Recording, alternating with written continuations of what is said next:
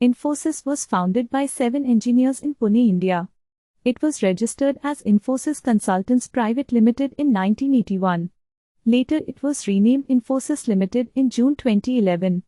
The founders of the company are Narayana Murthy, Kris Gopalakrishnan, S.T. Shibulal, K. Dinesh, N.S. Raghavan, Ashok Arora. Nandan Nilekani is also a co-founder as well as the chairman of the company. Salil Parekh is MD and CEO. In 1993, Infosys launched its IPO on Indian Stock Exchange with price of 95 rupees. It became the first Indian company to be listed on Nasdaq. The revenue of the company is 1,49,468 crore rupees. And the net income is 24,108 crore rupees.